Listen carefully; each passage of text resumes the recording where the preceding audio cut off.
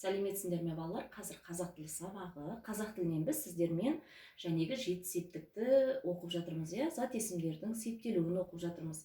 Сендер сұрақтарын, осы септіктердің жалғауларын барлығын білесіңдер. Қазір мен сендерге қанатты достар деген сөздің септелуін көрсететін боламын. Мұқият қарап отырамыз. Балалар, мен бұл жерге қанатты достар деп жазып қойдым. Енді әр септіктің сұрағына сәйкес жалғауларды жалғап жазатын боламын. Атау септігінде сендер білесіңдер балалар, септіктердің ішінде жәнегі жалғаусыз қалатын осы атау септік, яғни қанатты достар болып осылай қалады. Ілік септігі менің қанатты достардың болады. Қанатты достардың. Міне балалар, мен дың деген жәнегі ілік септігінің жалғауын қостым. Барс септігінің сұрағы неге қанатты достарға болады? Яғни барс септігінде ға деген жалғауды жалғадым. Келесі табыс септігі нені қанатты достарды. Нені қанатты достарды. Жатыс септігінде неде қанатты достарда болады. Қанатты достарда. Шығыс септігінде неден қанатты достардан. Қанатты достардан. Көмектес септігі немен қанатты достармен болады. Балалар, бұл бізде және байқап отырсыңдар, мына жерде қанатты достар. Енді не сендерге қазір тәуелденген зат есімдердің септелуін көрсетемін. Яғни қанатты достарым деген сөз бұл жерде балалар, қанатты достарым. Яғни бірінші жақта тәуелденіп тұр. Менің қанатты достарым деп айтамыз. Менің тәуелденіп тұр. Енді осы тәуелденген жәнегі менің қанатты достарым деген сөзді қалай септеймін? Қазір мен сендерге осыны көрсететін боламын.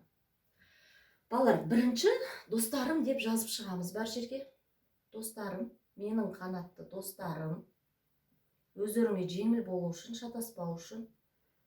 Қанатты достарым.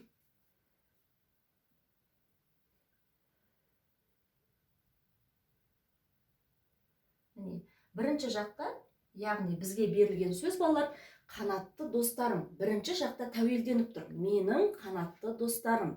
Енді осы сөзді септейміз. Ол үшін балалар, атау септігінде біз білеміз, жәнегі ешқандай өзгеріссіз қалады. Менің қанатты достарым.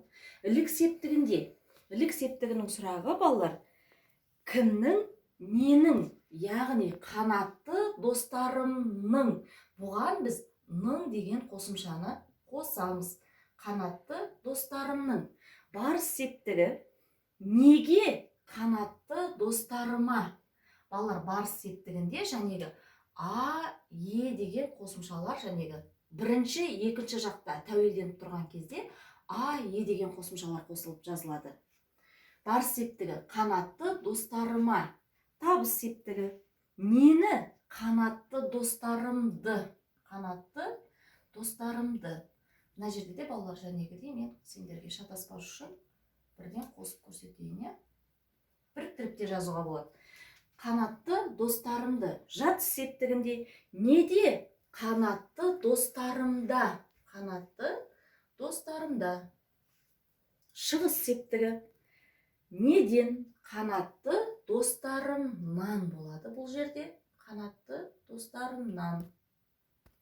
Ал көмектес септігінде немен? Қанатты достарыммен деген қосымшаны қосып жазады екенбіз.